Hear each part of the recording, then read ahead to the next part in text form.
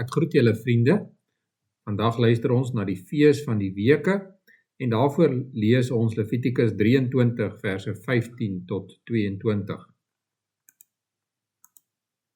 Vanaf die dag na die Sabbat, vanaf die dag waarop julle 'n gerf as gewyde gawe bring, moet julle die dae aftel. 7 volle weke moet dit wees. Julle moet 50 dae tel tot op die dag na die 7de Sabbat. Bring dan 'n nuwe graanoffer vir die Here. Van die plekke waar julle woon, moet julle 2 brode as gewydes gawe saambring, wat van 2/10 van 'n eva gesifte meel berei moet word. Dit moet met suurdeeg gebak word as eerste opbrengs van die oes vir die Here. Saam met die brood moet julle ook 7 jaar oud lammers sonder gebrek, 1 jong bul en 2 ramme as offers aanbied. Dit moet brandoffers vir die Here wees, saam met die bepaalde graan en drankoffers, 'n offergawe, 'n geurende offer vir die Here. Julle moet as 'n reinigingsoffer 1 bokramoffer en 2 jaar oud lammers as 'n maaltydoffer. Die priester moet hulle, die 2 lammers, saam met die brood van die oes as sy eerste opbrengs, voor die Here as 'n gewyde gawe heen en weer beweeg. Dit is 'n heilige gawe aan die Here wat die priester toekom. Julle moet op daardie bepaalde dag 'n byeenkoms saamroep. Dit moet vir julle heilig wees. Julle mag geen gewone take verrig nie. Dit is vir altyd 'n vaste voorskrif vir julle nageslagte, waar julle ook al woon.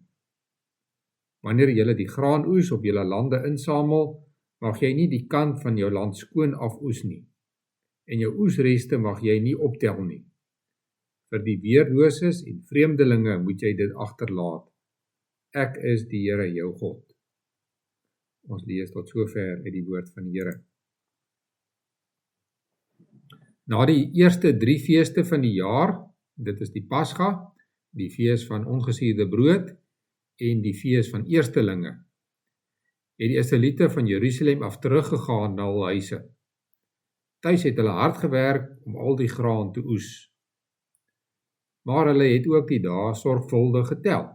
Sodra 7 weke verby was, moes hulle weer in Jerusalem wees vir 'n fees. In die Ou Testament word hierdie fees die fees van weke genoem, omdat dit 7 weke na die fees van eerstelinge gevier is. In die Nuwe Testament word dit Pinkster genoem. Pinkster is 'n Griekse woord wat 50ste beteken. Die fees het hierdie naam gekry omdat dit op die 50ste dag na die fees van eerstelinge gevier is.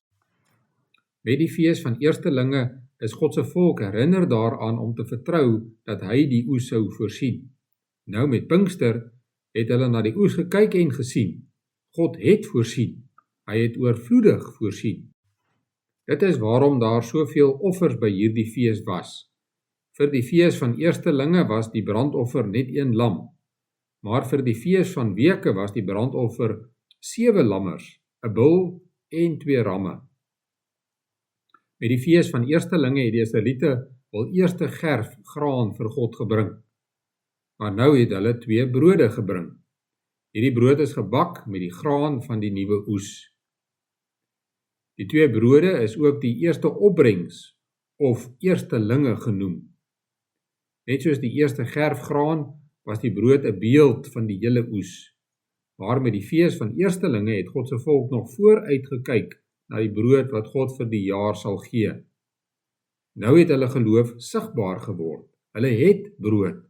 Hulle het kos op hulle tafels. Watter beter manier is daar om God te dank as om van hierdie kos na sy tempel te bring, vir sy priesters om te eet? Dank God wanneer jy sien hoe hy getrou sy beloftes vervul. Dit is die boodskap van die fees van weke. Die feeste is 'n skaduwee van Jesus Christus, die Messias. Dit is duidelik wanneer ons kyk na wat op die feesdae gebeur het. Op die dag van Pasga het Jesus aan die kruis gesterf. Op die Sabbat het hy in sy graf gerus. Op die dag van die fees van eerstelinge het hy opgestaan. Toe was dit tyd vir sy volgelinge om te wag en die dae te tel. Wanneer sou Jesus God se koninkryk na die aarde bring? Toe hulle hom hierdie vraag vra, het hy geantwoord: Dit is nie vir julle om die tye en die spesifieke geleenthede te ken wat die Vader in sy eie mag bepaal het nie. Maar julle sal krag ontvang wanneer die Heilige Gees oor julle kom en julle moet getuies wees. Jesus het nog 40 dae op aarde gebly en toe het hy opgevaar na die hemel.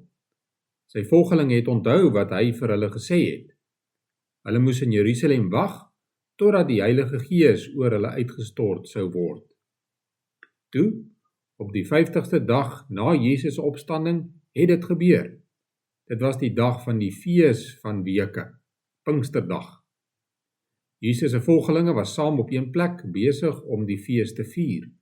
Skielik was daar 'n geluid soos wind en hulle het tonge van vuur gesien wat op elkeen van hulle gekom het. Hulle is vervul met die Heilige Gees.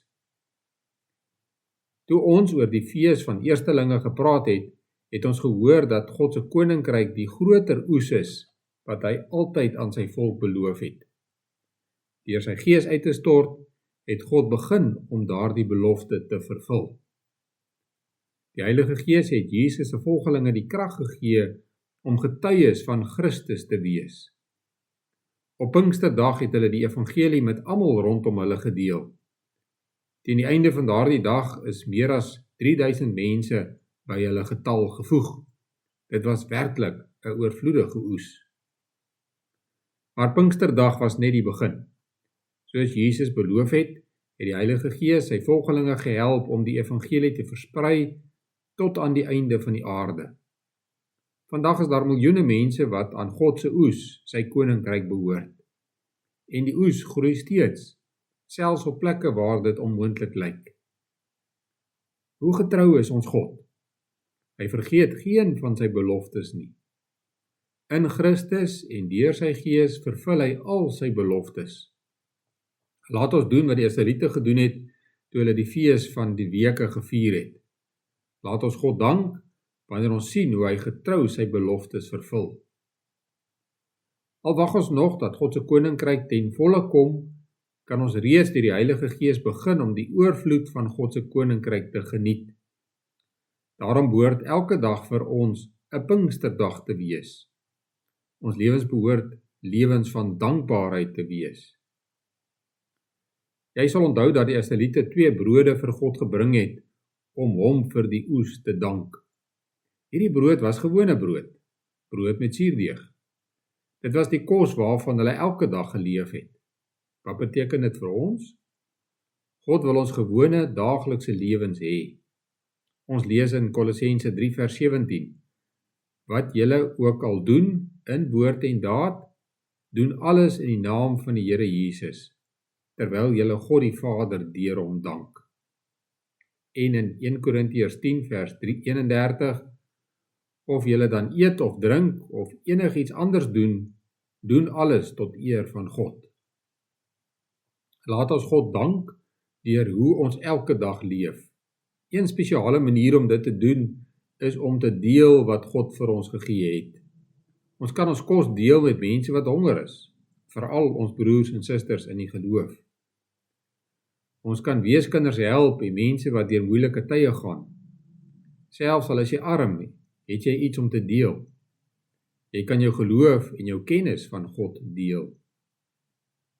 Dit is wat die kerk na Pinksterdag gedoen het. Ons sien dit ook in Levitikus 23. Die Israeliete moes God dank deur van hul graan op die veld te los, sodat armes dit kon optel. Bo alles, laat ons God se groot geskenk, die evangelie, deel. Nooi ander om deel te word van God se groot oes. Kom ons bid saam. Ons hemelse Vader, ons wil U loof en prys. U is groot en almagtig. U is ewig en regverdig. U is alomteenwoordig en alwetend. Dankie vir die groot voorreg wat ons het om deel te wees van die oes van U koninkryk. Ons bid vir die wêreld waarin ons woon. Ons vra dat U vrede sal gee. Op baie plekke is daar onrus en oorlog. Ons vra dat U sal wees met die mense wat ly as gevolg van die oorlog en dat hulle in hulle nood ook vir u sal ken. Ons bid dat u sal wees met wêreldleiers wat belangrike besluite neem. Ons vra dat u ook vir hulle wysheid sal gee in die besluite wat hulle neem. Ons bid vir medegelowiges wat siek is en wat vir behandeling gaan. Ons vra dat u hulle sal dra in hierdie tyd, dat u beterskap en genesing sal gee as dit u wil mag wees. Ons bid al hierdie dinge deur u groot genade alleen. Amen.